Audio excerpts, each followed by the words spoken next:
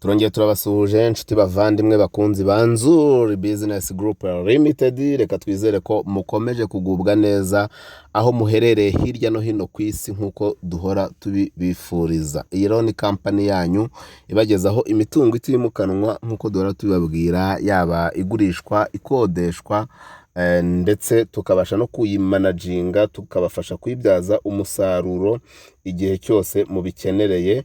Ari nako kandi rwose tugenda tubaha amakuru yandi yose agiye agezweho mu bijyanye n'imitungo itimukanwa. Ni karibu cyane rero, tukwibutse kandi gukanda subscribe. Kanda subscribe wowe utarabikora, ukore kukazogera, ukore share kugira ngo inshuti n'abavandimwe bawe nabo bajye babona ibyiza tubagezaho, kandi namwe ntimukajye mucikwa n'imari dushyiraho umunsi ku wundi, gatanu kuri gatanu, kuko hari igihe uyu munsi waba utayafite ejo ukaba wayabonye. Hari igihe iyo twashyizeho uyu munsi waba utayishoboye cyangwa utayishimiye, ejo ukabona indi wishimiye. Niyo mpamvu gukanda subscribe ari ngombwa cyane.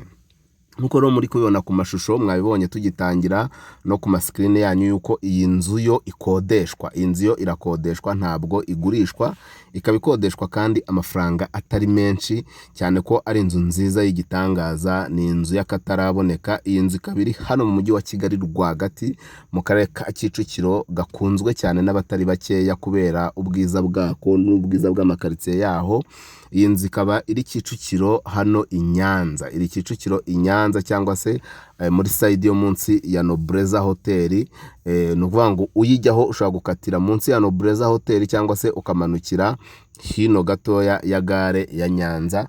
Iyi nzu ikaba iri ahantu heza cyane muri karitsiye nziza cyane, hitegeye umujyi wa Kigali wose, kuko ifite view nziza, ubureba umujyi wose kabisa. Iyi nzu rero ikaba ifite ibyumba bine binini bihagije byo kuryamamo. Buri cyumba kikagiramo garde-robe cyangwa se akabati k'imyenda, ikagira douche na toilette eshatu nziza cyane, ikagira salon, saramanje binini bihagije, ikagira American kitchen cyangwa se igikoni cyiza gifunguye kiri open, kireba muri saramanje birumvikana. Igikoni kikagira stock yacyo, ndetse iyi nzu kandi ikagira jardin nini cyane nziza nk'uko muragenda mubibona ku mashusho. Ikagira kandi na parking ihagije. Si ibyo gusa, kubera ko iyi nzu ifite na annex no kuvuga icyumba wakwita cy'umukozi, igikoni cyo hanze, stock yacyo, douche na toilette byo hanze. Ifite n'inzu y'imbwa ku batunzi imbwa, ku bantu bakunda imbwa, ifite n'akazu k'imbwa.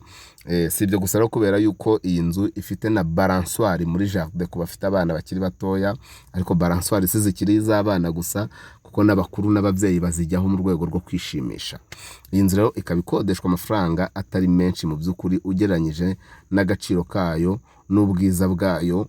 Ni inzu nziza iri gukodeshwa amafaranga make mu by'ukuri. Iyi nzu rero wakwibaza uti irakodeshwa ngahe? Murabona aha ni mu byumba, murabona amagarde-robe arimo y'akataraboneka. Ikindi nabibutsa nuko muri chambre principale hayo ifitemo garde-robe nini ya double, murabibona. Ariko kandi ikagira n'urwambariro. Ifite urwambariro cyangwa se vestiaire cyangwa se dressing room mu ndimi z'amahanga. Si ibyo gusa, kubera ko iyi nzu muri chambre principale ikindi nababwira nuko ifitemo douche ya jacuzzi murayizi muri benshi. Jacuzzi rwose irimo muri iyi nzu. Urumva ko ari inzu y'akataraboneka. Irakodeshwa rero amafaranga make cyane, kandi ifite option ebyiri ushaka kuyikodesha. Harimo ibikoresho byose, ukazana n'imyenda gusa. Ariko kandi ushobora no kuyikodesha nta bikoresho birimo, ukazanamwo ibikoresho byawe. Tugiye kubaha rero ibiciro bitandukanye, hanyuma noneho wowe wahitamo bitewe nuko ubyifuza. Iyi nzu kuyikodesha irimo ibikoresho byose, uzana imyenda gusa, ni amafaranga make cyane, ibihumbi 800 by'amanyarwanda. Ni amafaranga ibihumbi 800 yonyine ukayikodesha irimo n'ibikoresho. Hanyuma wayikodesha nta bikoresho birimo, ibikoresho ubyizaniye, iyi nzu ukayikodesha amafaranga ibihumbi 600. Ibihumbi 600 ukayikodesha nta bikoresho birimo. Ariko kandi namwe murabizi by'amafaranga, wowe ushaka kuyisura ukayishima, wayishima noneho ukavuga uti mu by'ukuri njyewe iyi nzu ndayishyura aya mafaranga bitewe n'igihe ufite kumaramo bitewe n'igihe uzishyurira uko kingana. Ibintu byose ni business, byose ni negotiation, byose ni ubwumvikane. Ni karibu cyane rero muze musuri iyi nzu muyituremo, muture ahantu heza cyane witegeye umujyi wa Kigali wose hafite view nziza nk'uko muri kubibona ku mashusho, mu nzu nziza y'akataraboneka ijyanye n'igihe. Iyi nzu rero wayikunze ushaka kuyikodesha ukayituramo, waduhamagara kuri 0788 48 67 cyangwa se 0781 Si ibyo gusa, ushaka kudusanga aho dukorera ni mu nyubako ya Centenary House muri etage yayo ya 2, cyangwa se mukadusanga no ku zindi mbuga nkoranyambaga zacu, Instagram, Facebook page, Twitter cyangwa se X, hose twitwa NZIZA Market. Komeza ukande subscribe, ukore kukazogera, ukore share kugira ngo tujye tubana umunsi ku wundi 5 kuri 5. Ejo nawe ushobora kubonaho imari ugasanga ni yawe.